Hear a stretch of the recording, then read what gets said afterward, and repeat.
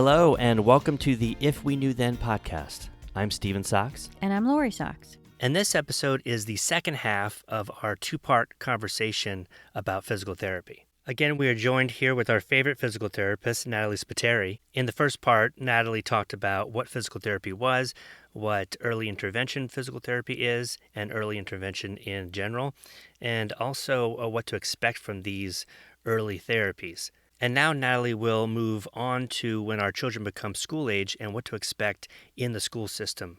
So let's dive right in. So I'm on the intake team to assess kiddos that are going to be coming into the school system. And, when I assess them, I'm looking at, I remember, I was with you guys when Liam was getting assessed and I wasn't working for the school at that time. And now I'm looking back on that experience and what I do now. And what you're looking at, and I think I remember I told you guys, I said, Liam's moving so well, he likely won't qualify for physical therapy because he can walk and run. But as a physical therapist, when I see a 3-year-old coming in who has Down syndrome, I'm looking at, can this student, now they're considered a student versus just a child, can this student walk into the classroom? Can they walk around the desks? Can they sit on the floor and stand up from the floor without anyone helping them? And can they do it safely? Do I have to worry about this kiddo if they get bumped by a peer? Will they trip and fall and hit their head? Or can they be bumped and still hold their balance? And then I look, can this student, can they walk out of their classroom, maybe down 3 steps to a playground and keep up with their classmates? Or do they need an adult to hold their hand? So those are all things that we call restrictions. If an adult has to hold your child's hand, that'd be considered a restriction in my point of view. So does your child need that or no? And can your child be on the playground? Can they go up and down the stairs and down the slide without somebody right next to them? So those are things I look at. So if I see a kid that is tripping all around the classroom, they can't get in the chair, or if they're in the chair, they might fall out of the chair. If I get nervous that if they're in line with their classmates, they'll get pushed and they'll hit their head, or if they're on the playground and they get pushed, then that student will likely qualify for physical therapy because they're not going to be safe, and a physical therapist is going to have to help the teacher and also help that student be safe and reach a point where they can be independent. But if you have students that are walking everywhere, they can pick up things, squat, go downstairs, with the amount of supervision you would typically give a 3-year-old, because you generally don't let 3-year-olds just go down a flight of stairs by themselves when they're in a group. So if they need the reasonable supervision that you would give a typical preschool class, then they wouldn't qualify for physical therapy. In my experience, I've qualified maybe half. It's like half and half. Some are excellent, some are just mild delays, and then some, like you said, if they're not walking at all, then for sure they definitely qualify for physical therapy, and we end up providing them equipment in school.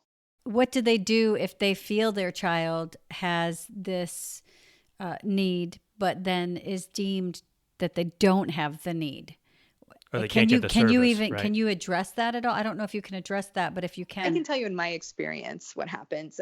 So if I assess a student and I think that they're safe to be able to physically access their curriculum with the supports that are in place in the classroom, then I'll make that my recommendation. And then sometimes parents disagree and are convinced that, maybe, my child, what if they do fall? Like, what if that happens and then they get injured? And so where I work, we have a meeting, because it's a team decision. Not one person can override everyone else. So I will confer with the other therapists and also the parents and say, okay, if you really have these concerns, then we can, do a therapy sometimes we call it a consult basis. So that way a physical therapist has eyes on the student and can talk to the teacher and have an extra layer of support. That is usually what we do. But I encourage parents to really, bring up their concerns at the meetings, because what happens, I don't know if you will go into that later, the IEP, if you're going to have a whole podcast on the IEP. Oh, we have lots of those. Yeah, we talk a lot about the IEP. When your child gets assessed, I encourage all families to ask for the reports ahead of time. Some of our families do and some don't, and maybe some don't even know they're allowed to ask for the reports before the day of the meeting. But I think it's very helpful to be able to read everything before you walk into a meeting and not get overwhelmed, and then help you discuss your points better at the meeting. So for physical therapy side of things, for me, it's helpful that a parent's already read my report and they can talk about their concerns with me at the meeting after already having time to digest it all. I think that helps for communication and helps to have a better plan for their child. But definitely just know that it's never one person's decision. And suppose at the meeting they still disagree with the parent, that obviously you guys are well aware the parent can definitely take it to the next level and say, we still disagree with this therapist and this team.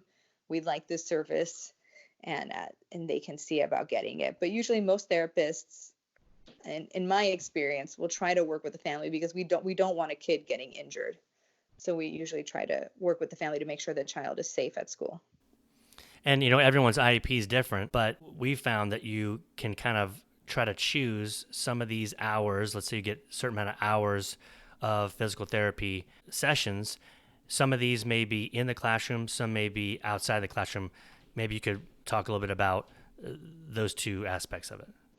Yeah, for in California anyways, right? So for physical therapy, for us, it depends on the student's needs. So if a student has a hard time sitting in a chair to participate because they have poor balance or they have a hard time walking around obstacles in the classroom, then that physical therapist may do the session in the classroom during class time because we're supporting that student to participate in classroom activities.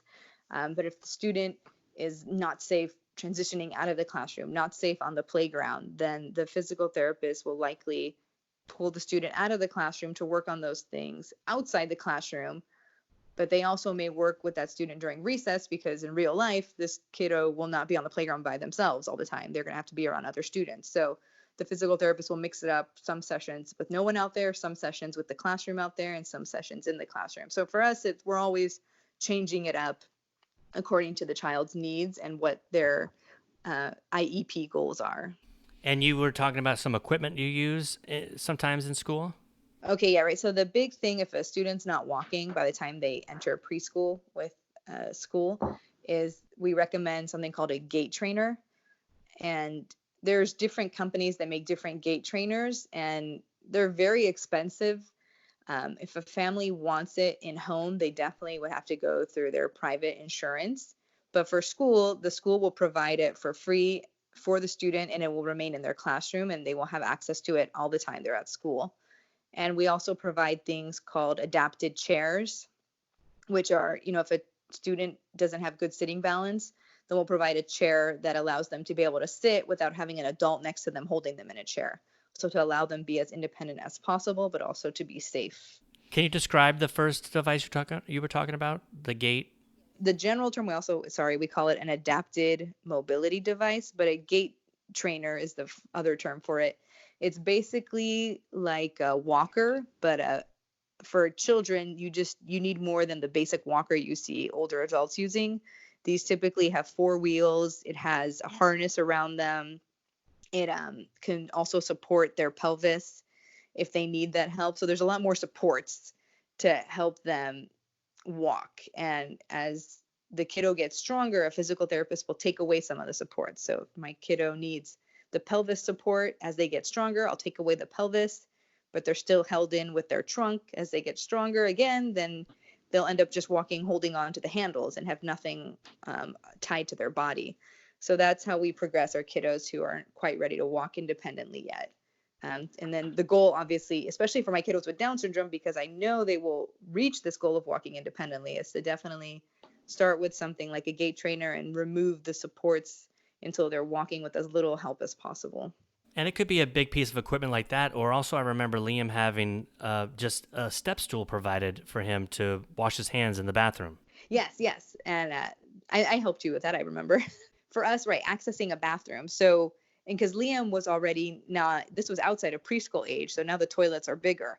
So the physical therapist will work on providing supports for toileting as well if a student needs help. The big thing we provide is, they call it adapted toileting chairs. Liam was already already had good balance and didn't need this, but we have adapted toileting chairs these are these things that sit on the toilet that have handles that you can allow you to put a kiddo on there and not have to hold them on the toilet as they're going to the bathroom. What are some of the things that parents can do at home to make sure that they're continuing to work? With Sophia, with speech, she was always working, and I didn't want to put her in one more speech class. So I instead put her in improv to help her with talking, to help her with articulation, to help her to speak around her peers. So that's the only thing. That's what I'm trying to say. If for something that they can do at home to where maybe it doesn't seem like work, because I feel like A masked masked therapy. session, That's yeah. what I'm looking for, because I feel, something to where it's like, oh, this is fun. And we always joke that every toy Liam has ever received has been, oh, look, this is for fine motor. Oh, great. This is for gross motor. Oh, this is going to help him cognitively. There's never been a toy he's received that hasn't been purposeful. Like he's never received like, oh, that's just, Just a toy. just a toy. Yeah.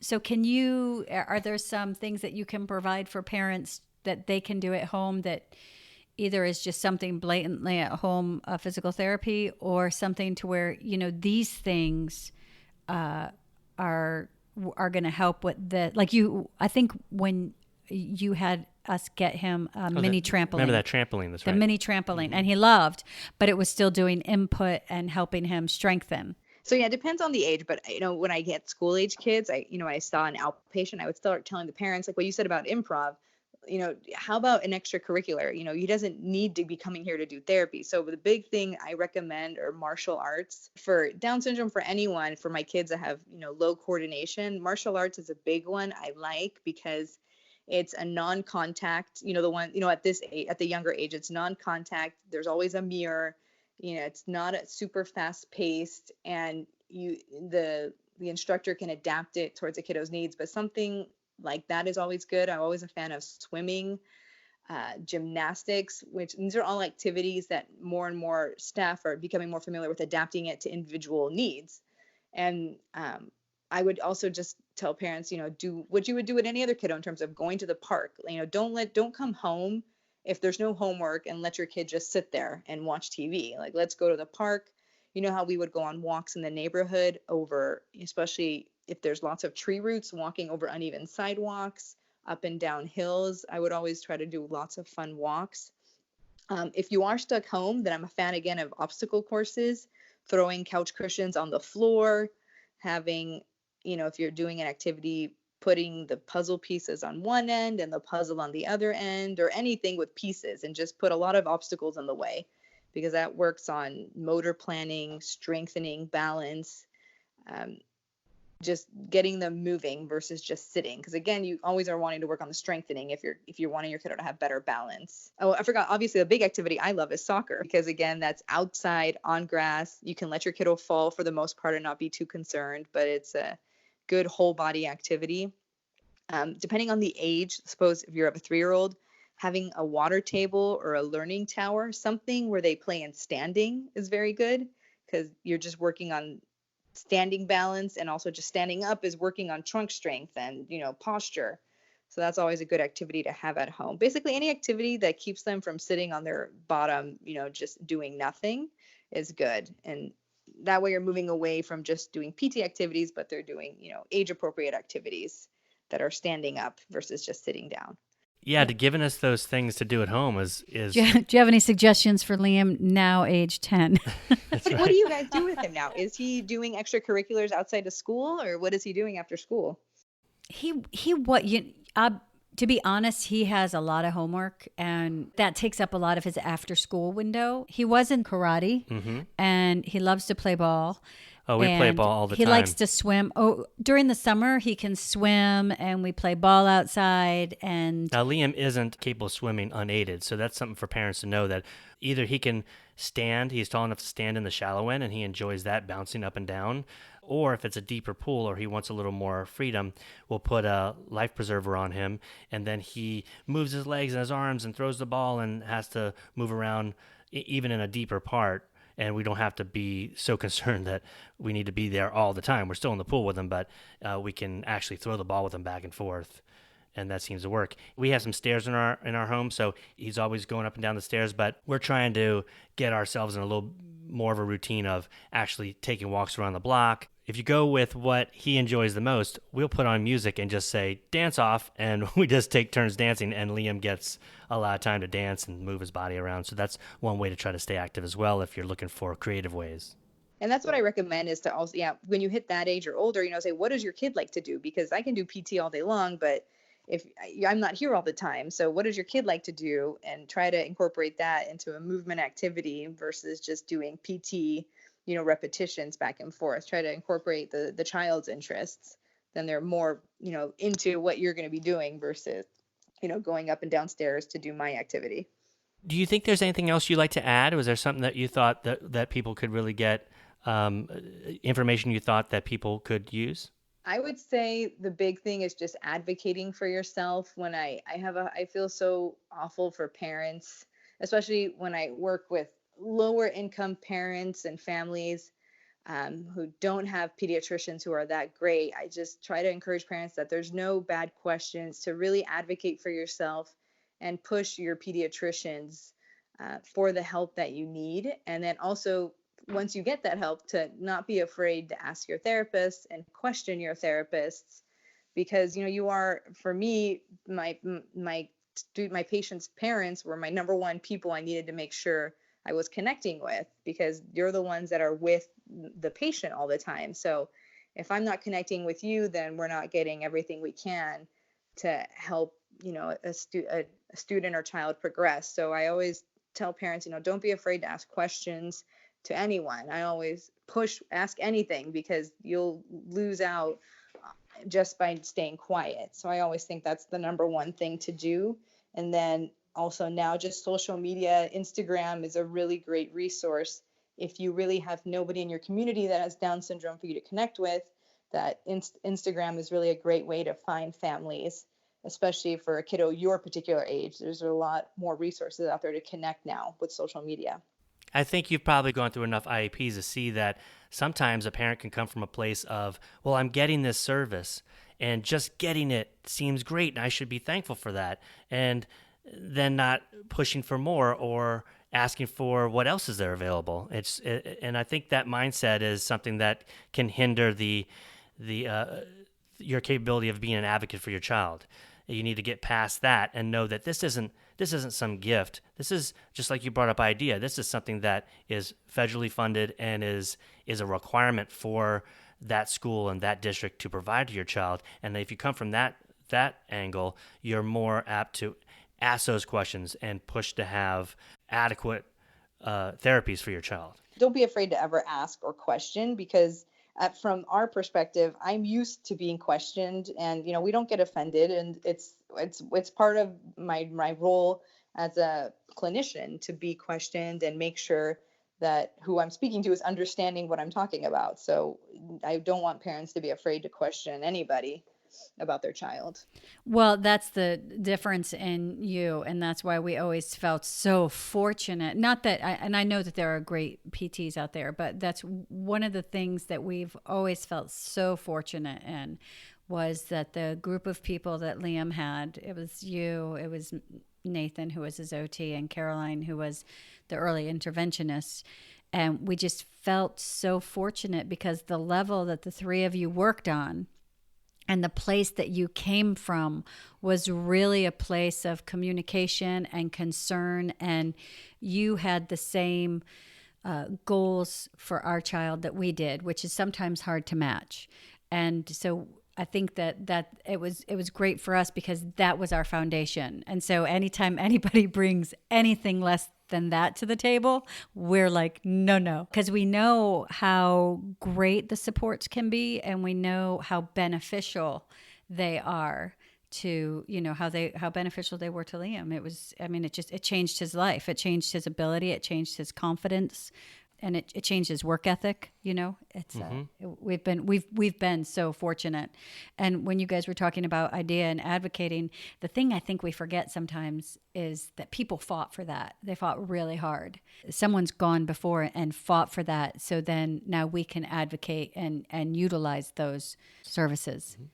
Man, I wish everybody had you as a physical therapist, and I wish they had you I wish they had you early on too, because you are just such a bright light and so passionate and so good at what you do. Like, you really care. And my hope is that anybody who ever has any kind of support and physical therapy just gets someone like you, if not gets you. Like, they get, because even just the way you talk about sitting and it being a conversation and an IEP and telling people to not be afraid to question you. And that's, not everybody has that. That's not where everyone comes from. And it's just, it's great for parents to hear that that's what it should be. And like you said at the beginning, you were either our second or third. I think you were our third PT. So we are happy we didn't settle with the first two. Yes, make sure parents know that they can always, in school it's a little bit different, but in early intervention, you can definitely find a better match for someone who's going to be on your home all the time. Yes, that's true. If you're gonna walk them through the front door, you want to make sure there's a good chemistry there.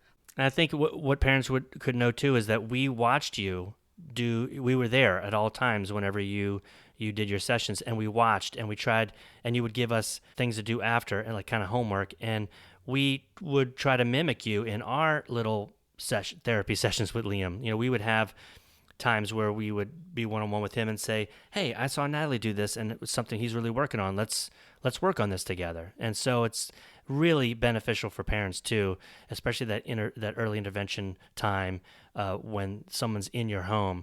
It could be very easy to say, great, here's your time with a therapist, and I'll go get some stuff done. And that might be something you do for half of the time, but it's understandable too. It's totally understandable. There's no judgment there. But if you can take some of that when they leave, you can take some of that and incorporate it in the rest of your life, because those times that you're with a therapist are so minute compared to the rest of your time with your child.